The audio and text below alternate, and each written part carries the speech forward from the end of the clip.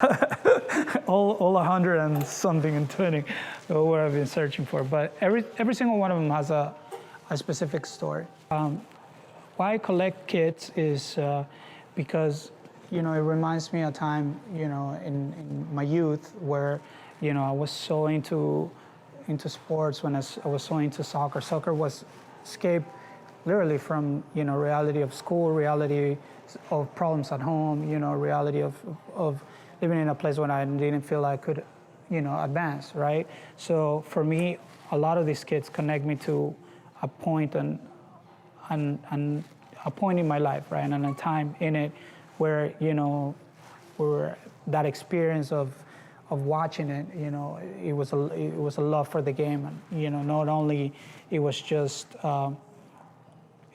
watching, it was a connection with the player.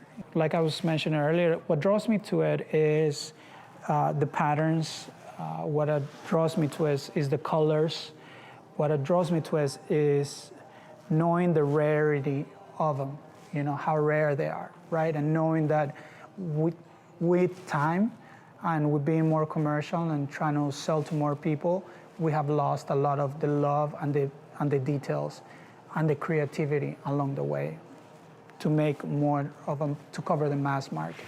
So for instance, one of my favorites is 1992 Manchester United. I really love the gradient in the pattern, right? And I like how it goes from the blue to the white, and that's something that always attracted to me, because when I was little, I used to draw a lot of, geometrical patterns, in a notebook, and I never knew what was that all about, right? But then after that, I was always attracted to this pattern and the jersey, and as well with the piping, the corded piping that has, along the edges, as well with the color combinations with the pops of red.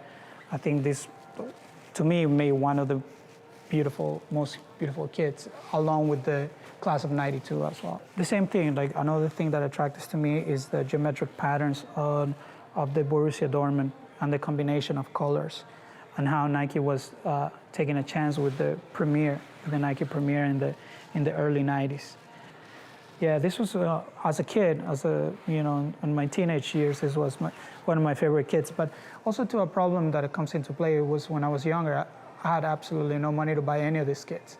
So all I had was either a poster, or I just had an idea that I wanted it, or I watched it on TV, but I never was able to afford it.